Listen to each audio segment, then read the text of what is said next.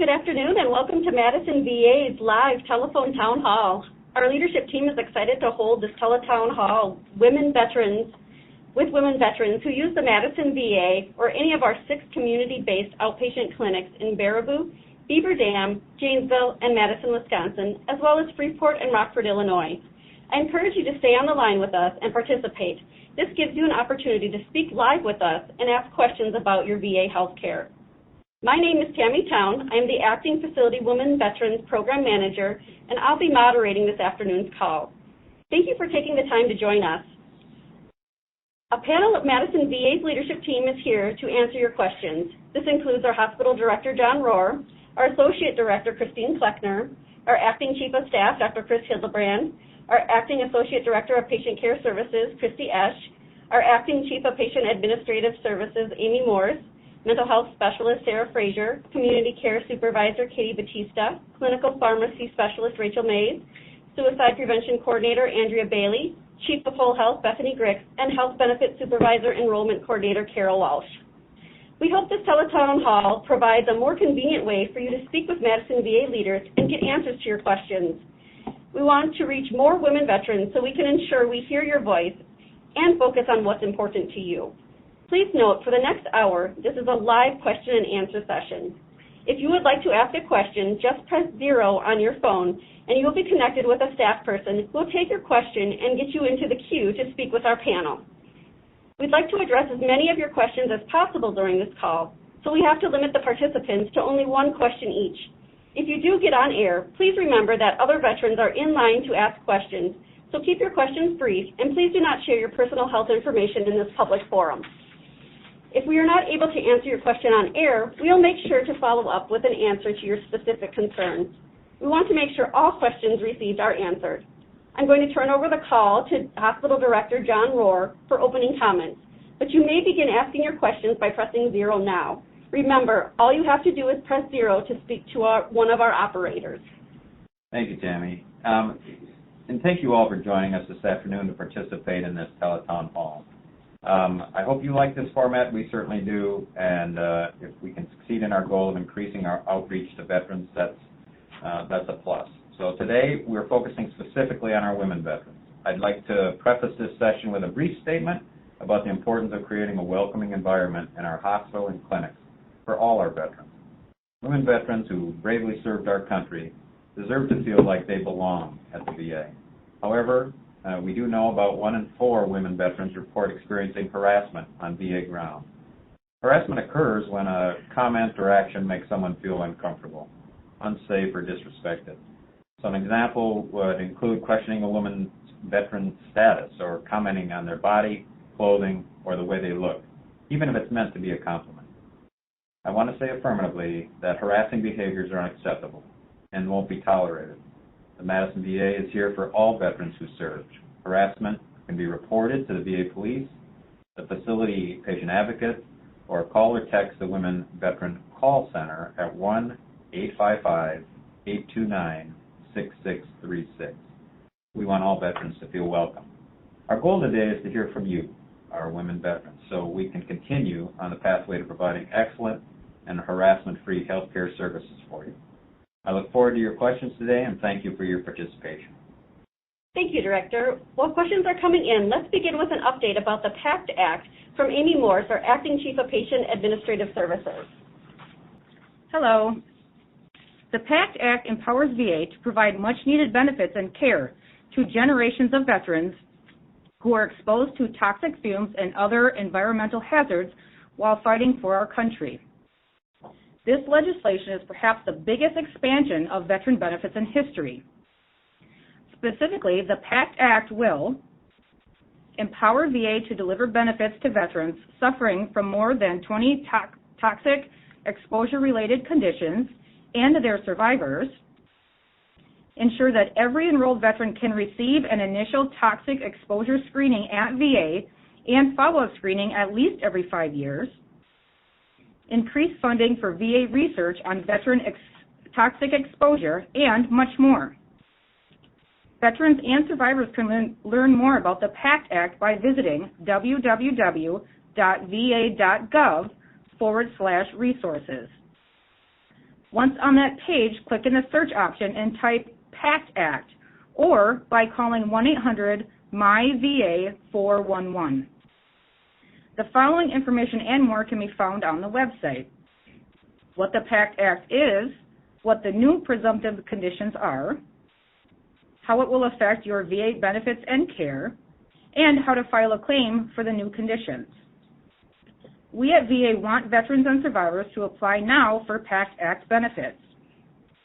There are several ways to apply and enroll.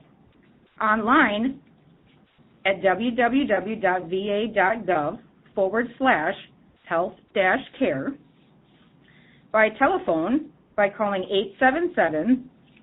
877-222-VETS, by mail, complete the VA Form 10-10EZ and submit to 2500 Overlook Terrace, Madison, Wisconsin, 53705, attention 1368, or in person at the Madison VA. Thank you, Amy. Next we have Andrea, our Suicide Prevention Coordinator, with a suicide prevention update. Hello, everyone. The Madison VA Suicide Prevention Team recognizes the important role that female veterans play in serving our nation and the importance of caring for women after their service. Women veterans have many strengths, yet they have also been found to have higher rates of suicide than their male counterparts. We are encouraged to see, however, that in the 2021 VA Veteran Suicide Prevention Annual Report, there was a 13% one-year rate decrease in suicides among female veterans, which represents the largest rate decrease for this population in 17 years. Please know that the VA continues to work on increasing support to women veterans to help reduce this risk. I would also like to take the opportunity to share that September is Suicide Prevention Month, and it is also National Recovery Month. This year, the VA Suicide Prevention and Addictive Disorders Treatment teams have paired up for a combined campaign called Recognize, Remember, and Raise Up Recovery. In the month of September, we will have purple lights and purple lawn flags on display at the Madison VA Hospital and the Rockford Clinic locations to honor those on a recovery journey for mental health and substance use disorders, and to provide recognition for the importance of providing care for these health conditions. We will also be honoring veterans who are or who have struggled with suicide and substance use disorders, including those who we have lost through a display of paper cranes that were made by VA employees, veterans, and their loved ones. The crane symbolizes hope and healing during challenging times. We invite you to come and reflect at one of these displays when you visit these facilities. Lastly, we will be hosting presentations on the first 3 Wednesdays in September from noon until 1 at the VA Hospital Auditorium, focusing on the following topics: VA SAVE Suicide Prevention Training, Lethal Means Safety Training, and Harm Reduction and Pain Management. We hope that you can join for any or all of the activities this month. One final news that I would like to share is that starting this past July 16th, veterans and their loved ones are now able to use a new, easy-to-remember number for the Veterans Crisis Line. Dial 988, then press 1 to reach caring, qualified responders 24/7 at the Veterans Crisis Line. Veterans are still able to call the 800 number that you might see listed on other materials as well, so 988 is much easier to remember. Veterans and their loved ones can continue to reach the Veterans Crisis Line chat feature at veteranscrisisline.net and can continue to text 838-255 to reach responders. Thank you so much for your time. Thank you, Andrea. Let's take some questions. So our first person up, we have Politicus. I may have said your name wrong, and I apologize. What is your question? Elizabeth? Yes. Yeah. Is that you? Yeah. Yeah, it is. Excuse the frog in my throat here. Vietnam was a long time ago, but it does come up from time to time in daily life, and it would be nice to be in some sort of a discussion group. And I joined one of the groups a couple of years ago, but as would be the case, I was the only woman in any group that was available. And the men were very cordial, and it was, but we have different agendas. and by and large. And I wonder, do you ever have groups that just for women? Hi, Felicitas. This is Sarah Fraser with the Mental Health Clinic. I wanted to let you know we have several groups available that are specific to women veterans. We have some social groups that include coffee groups. We even have a taco group that's led by our peer support specialists all across our C-Box, as well as here in central location in Madison. We also have some other groups that might be of interest to you that are women-specific, partnering with the Mental Health Clinic as well as Whole Health. So I would definitely encourage you to give us a call, and we'd be happy to give you more information about that. Next up, we have Connie from Waupun. Connie, what is your question? Yes, hi. My question, just about 2 weeks ago, I got a call from the VA telling me that they had come out with a test, a blood test that they can take on you to identify a medication that you need to better hone in on the type of medication that would suit you better. I hope that makes sense on what I'm trying to say. Hi, Connie. My name is Rachel. I'm one of the pharmacists that works here at the VA. You are exactly right. We now are offering what's called pharmacogenetic testing here through the VA. It's a blood test that's free of charge to all veterans that can be a very useful tool for us to make sure that we're choosing medications that are most appropriate for you. I think our screeners have probably collected your contact information. I'll reach out to them after the call and would be happy to connect with you afterwards about maybe getting that ordered for you. Thanks for the question. Next up, we have Frances Ann from Madison. Frances, what is your question? For the suicide prevention coordinator, if they've looked at the root causes of the, high rate of suicide among female vets so that they can best determine what will work best to address it?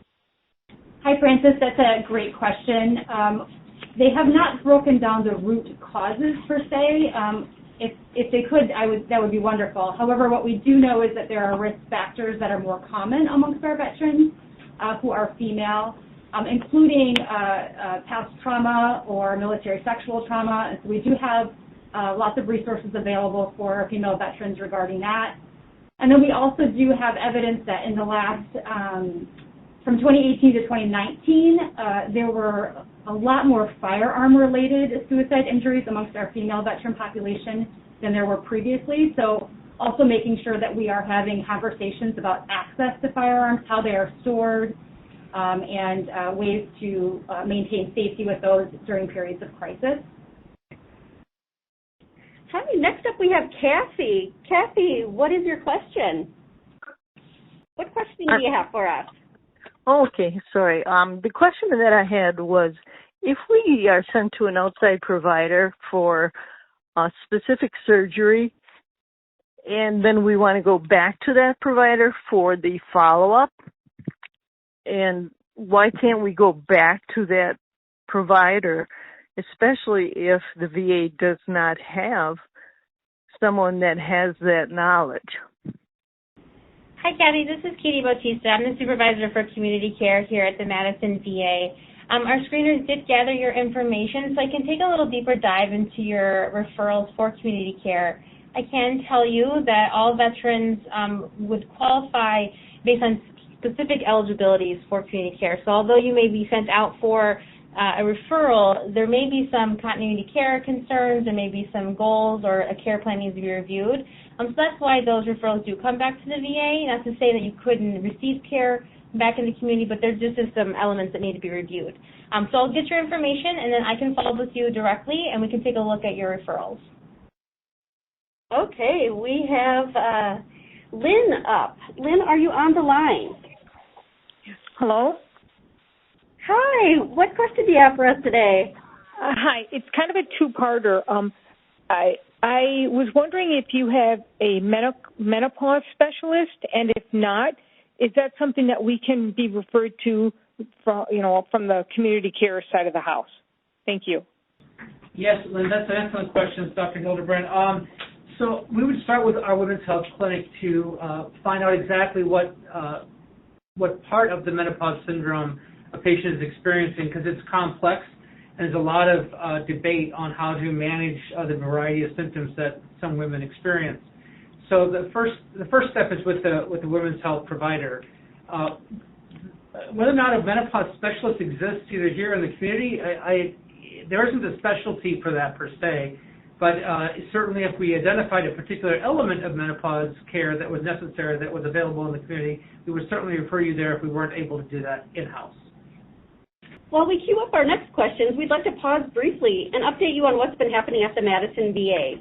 First, we have our Acting Associate Director of Patient Care Services, Christy Esch, with a COVID update. Good afternoon, everyone. It would be really great to be able to report that COVID is behind us, but unfortunately, after 2.5 years, we're still in a high COVID transmission rate across our entire Madison VA area. We recognize that in many communities, COVID restrictions have been lifted. There are many fewer masks, and most businesses are operating without any of the COVID restrictions we have all lived with over the past couple of years. Our hospital, however, is an exception.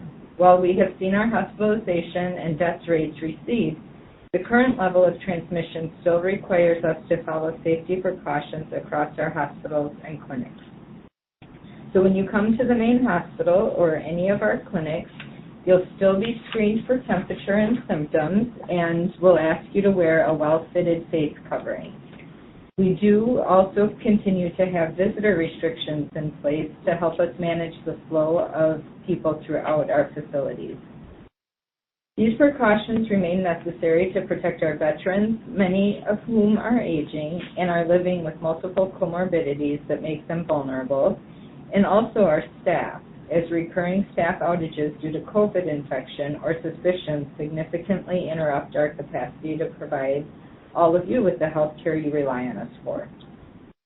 Thankfully, the current BA.5 variant has not proven as severe for our staff. Almost all of our staff have been vaccinated and boosted, and when they do catch the virus, the response is typically not severe. However, it is extremely contagious and has caused significant disruptions in our staffing patterns. Disruptions in our staffing have the potential to disrupt your care, so we ask to keep these precautions in place to protect all of you and the staff who care for you so we can continue to provide services. We also continue to strongly endorse vaccination and boosting as indicated by clinical guidelines. If you have not yet been vaccinated or you need a booster, please call our vaccine hotline at 608-280-3160. We can make an appointment for you at any of our hospital or any of our outpatient clinics. For those of you that are not yet vaccinated, we do have the new Novavax vaccine available. We know that there are many who are skeptical about the mRNA technology used in Pfizer and Moderna vaccines. This Novavax vaccine uses traditional vaccine technology that we would typically see in flu, shingles, and other vaccines. If you have not been vaccinated but would be willing to get this Novavax, please call for an appointment today.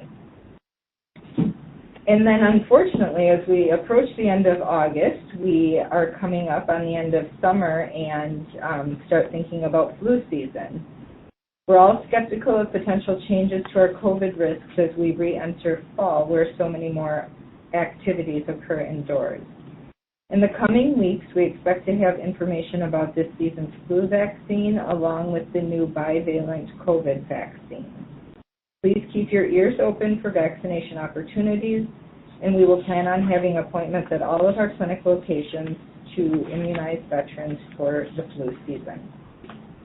And lastly, if you're experiencing COVID-19 symptoms, please contact our nurse triage line at 608-280-7066.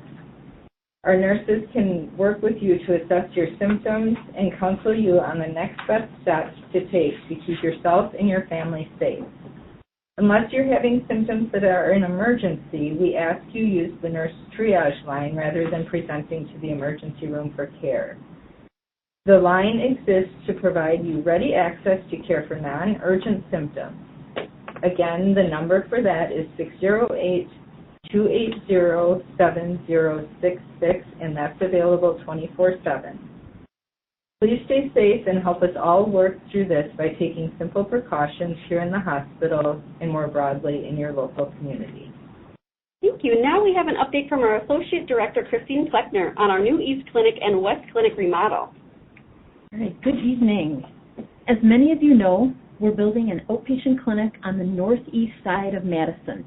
It's located by Interstate 9094 and Highway 151. Some of you may have seen pictures on the news or on our Facebook page of our groundbreaking ceremony that was held on June 1st. The contractors are making great progress and are now busy constructing the building's foundation. We anticipate the construction to be complete late next summer, with our grand opening taking place next fall. The new East Clinic will be over 29,000 square feet and will offer primary care, physical therapy, mental health, telehealth, blood draw, radiology, x-ray, and whole health services.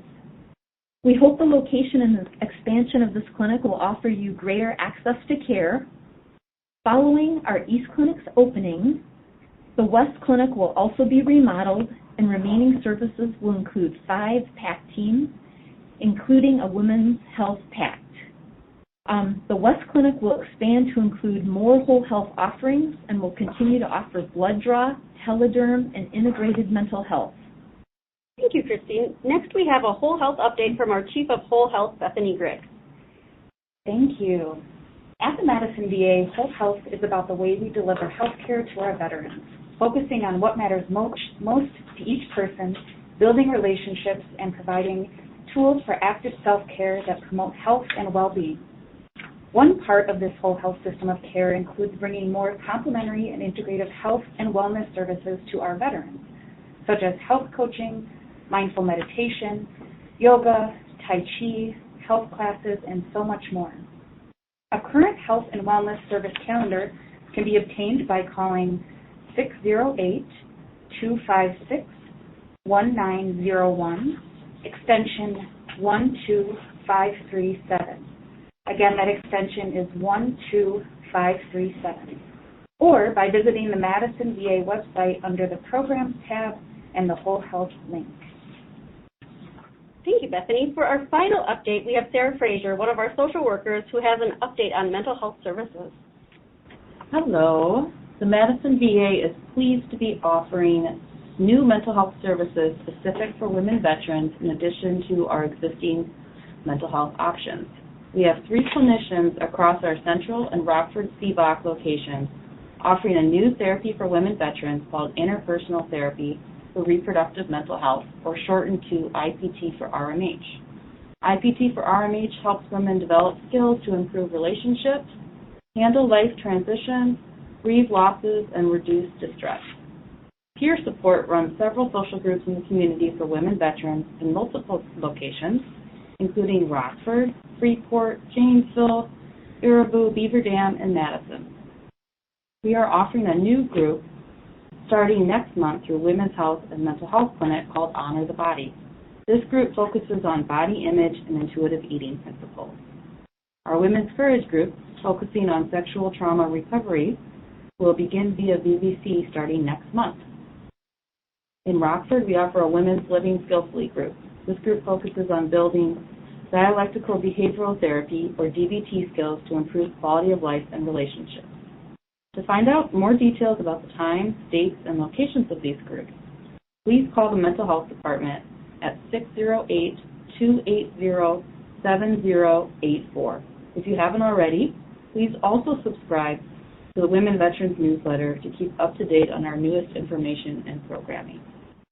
Thank you, Sarah. Let's take some more questions. We have Catherine. Catherine, do you have a question for you? Catherine, hi. What is your question for us today? I just wondered, when I go to an appointment, could I ask for another staff member to be in the room with me during my appointment so I'm not always alone in the room? Yes, definitely. That's a very okay option. You can ask for a staff member that's there, but we also have a sister program as well that you would call in advance of any appointment that you schedule. And I'm looking up that number right now. So what you can do is you can call the number 1-888-478-8321, extension 13440. And if you call that number, you'll get a voicemail where you can leave your name and your appointment date, and then we can hook you up with a sister. So we'll hook you up with a volunteer who's trained to go with you. She'll be standing at the front door with a nice pink bag, so you'll be able to identify the person as you walk into the door, and they can go with you to your appointments.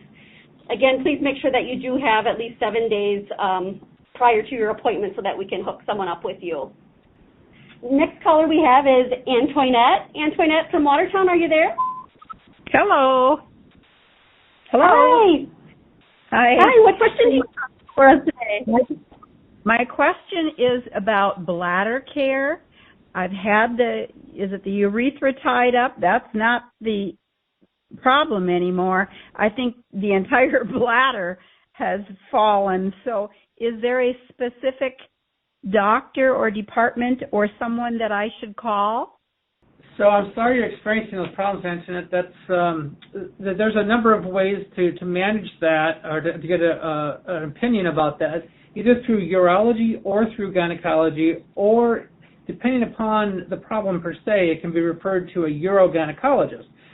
So I would start with your primary care doctor to outline exactly what the problem is so we can send you to the right provider to start with, and then if that needs further specialty care, they're happy to refer you on from there. Thank you. Next up we have Madeline. Madeline, are you on the line? Yes, I am. Hi, what question do you have for us today? Well, I recently found out that for those of us that get their medical care through the VA but don't qualify for the dental care, that the VA is offering some kind of dental insurance or something, and I was wondering when that was going to, going to start, going into effect. Hi, Madeline. My name is Carol. I'm the enrollment supervisor here at Madison. This program has actually been in effect for quite a few years. If a veteran is enrolled for VA health care, then you are eligible to participate in a program they've coordinated with Delta Dental and also with MetLife to offer dental insurance to enrolled veterans at a group rate. So there is a VA website, www.va.gov/health-benefits/VA, D as in David, I as in Igloo, P as in Paul, VADIP, or you can call the providers directly. Delta Dental can be reached at 855-370-3303, and MetLife is available at 1-888-310-1681, and just identify yourself as an enrolled veteran, and they will give you the details on those programs. Okay, next we have Myra Jane. Are you on the line with us? Yes. Excellent. What question do you have for us? Okay, my question has about consults. If a doctor puts in a consult, why does it take so long to get that consult for a different department, and why does it take so long for the appointment to come through? I think I can take your questions, Dr. Hildebrand. So consults are usually acted on within 72 hours, and then that goes to the service accepting that consult, and most of our consults are scheduled within 10 to 15 days of them being placed.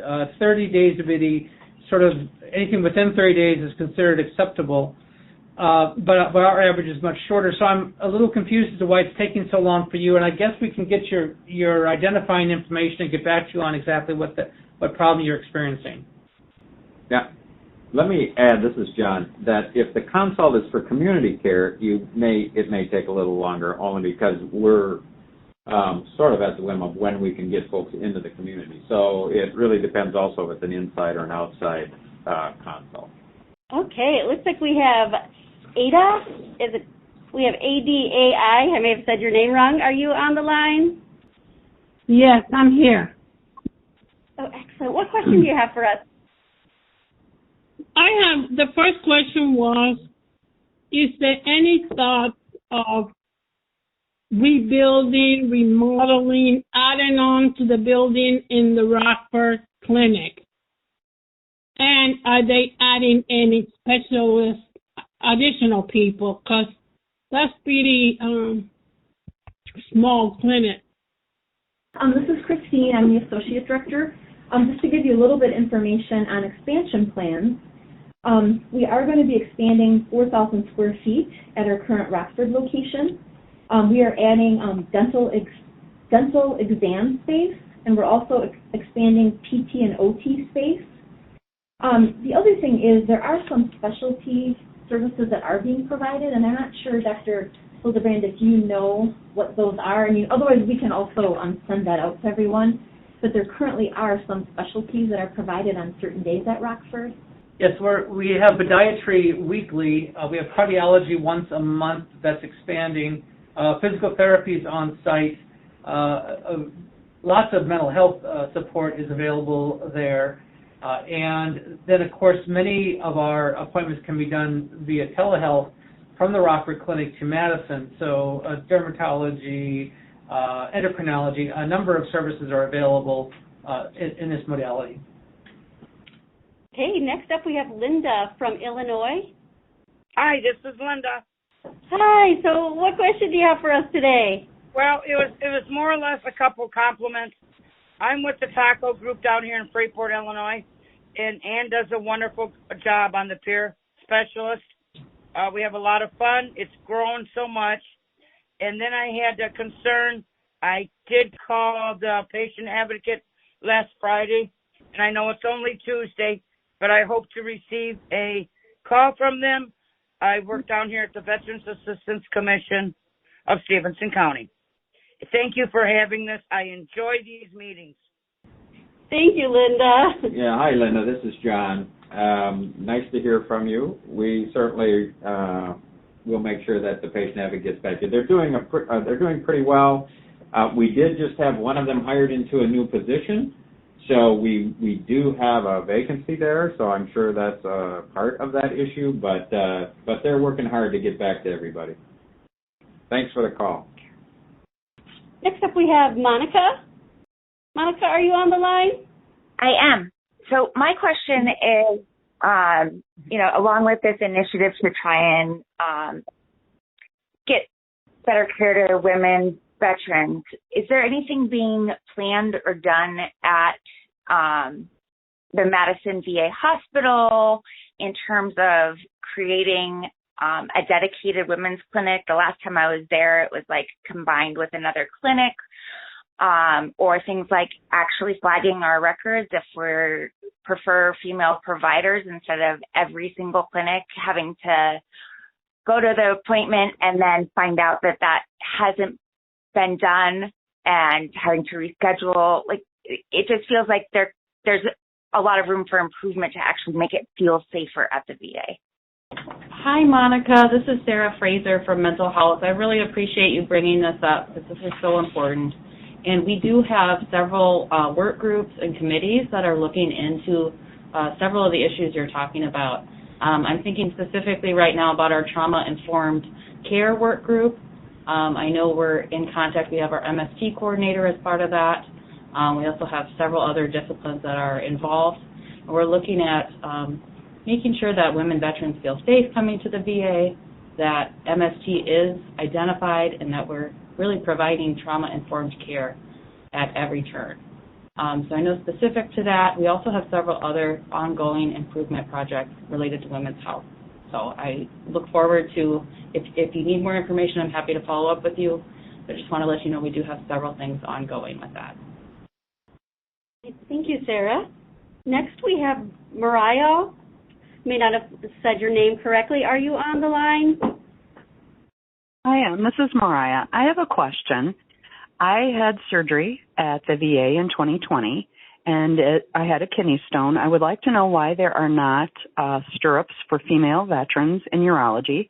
The second question I have, each time I've gone to the ER, there are not any scrubs or hospital gowns made specifically for women. So when you check yourself in, you have to have the pants and the tops don't fit, especially if you're busty. I'm a Gulf War veteran. 44,000 women were activated to active duty for the first Gulf War and Desert Storm. We came from Madison, Wisconsin, the 13th Evac Hospital. I worked there on my guard weekends. Why do you not have stirrups for women in urology? I had to frog leg on the table. And why are there not any scrubs for women? Those are my two questions. Thank you.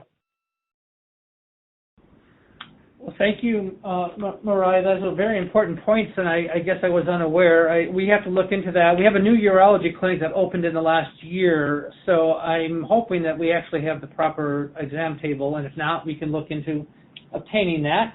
And then the scrubs, not so sure. They're gowns, but maybe we need to look into what's available commercially for exam gowns in the ER. We can look into that. I think those are important points that certainly can help us improve the care we provide to our women veterans. Dolores. Dolores, are you on the line? No, my question was already answered, so I was pleased with it, and so I was just wanting to get my name on the list to have blood work done, or if I could have blood work done by having a CAT scan done for memory loss. And the medicine I was talking about was the oxybutynin for bladder, and so that was a trigger for my memory loss. So I want to know if I could get on that list. Yes, a pharmacist is here, and we will get your contact information and be able to get back in touch with you about your particular question. All right. We have one more person. Looks like Cortland. Are you on the line? Cortland, are you there? Hi, my name is Avery. I'm a trans woman, and trans and queer women care is my main issue. You were without a queer advocate for a large portion of the year, but it wasn't portrayed as such. I had a very hard time finding that out. I became homeless. I lost everything and found out when I got here the person I had been trying to get a hold of to help me didn't exist anymore. Why is there a lack of transparency when you guys put up intersectionality pride flags? Why do I, as a trans woman, get misgendered as I walk in the door more often than just left alone? Yeah, hi, this is John, the director, and certainly I apologize for any time we misgender. We do know that still occurs on occasion, and we continue with our education, and again, anytime that happens to any of our veterans, we want to improve on that, and I do apologize for your case. Your question about an advocate. So in the past, what's been happening with most places is it's been sort of an add-on duty to somebody's position description. And what we've been going through over the last, I have to say half a year, is trying to get it written into a position description, so it's actually a part of one of our employees' times, and we have done that. And so I can't tell you exactly where that recruitment is. I believe social work has got that hired now. I've been working with the chief of social work on that for a while. So that should be taken care of. And if you felt there was a lack of transparency, I apologize for that. It's just work that we've been doing to try and support our transgender population. And one of the staff here just handed me the name, Margot Edge, M-A-R-G-O, Edge, E-D-G-E, is the person that has that now in their position description. So thank you so much for bringing up those issues. Thank you, John. Next we have Tamala. Tamala, do you have a question for us today? Well, I have two, really. And first off, hi, Carol, and hi, Sarah. I deal with a lot of you people. I'm the superintendent for the DeKalb Veterans Assistance Commission. The one question is if there's any thought or any possibility of having a contact person for women who have problems with the VA at Madison or Rockford or Freeport or any of the places.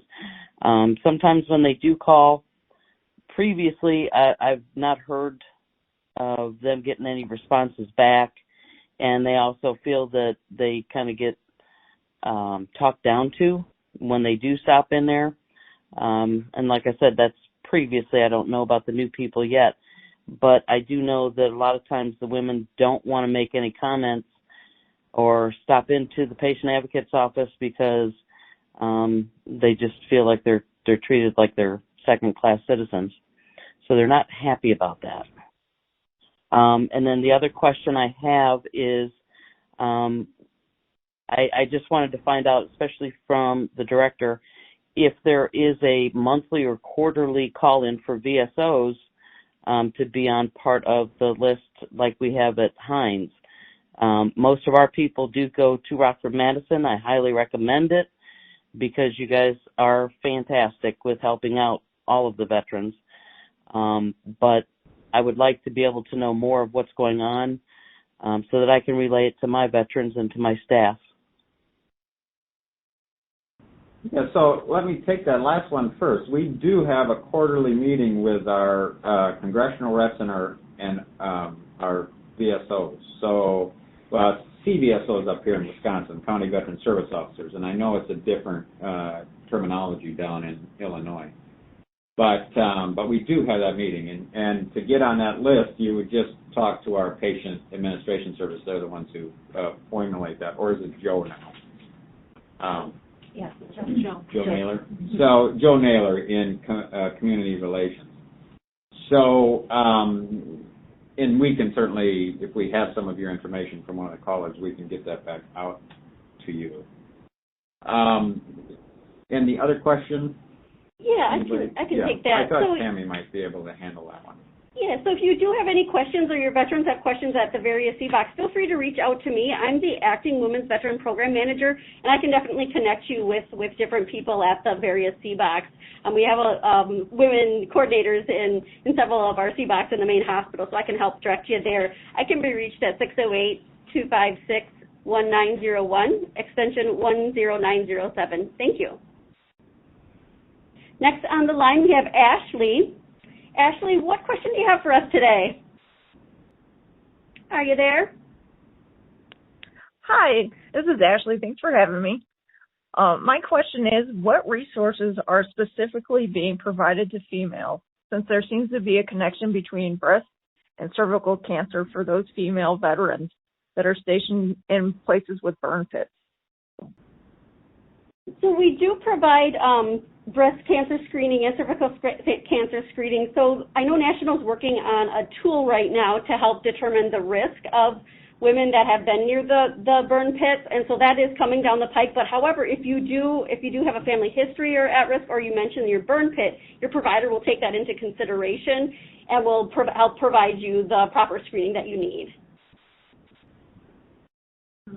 All right, looks like we have Stephanie. Stephanie from San Diego, okay. Hometown of Madison. Yes. Excellent. So what question do you have for us? Hello, how are you today? I hope you guys are good. Thanks for having this.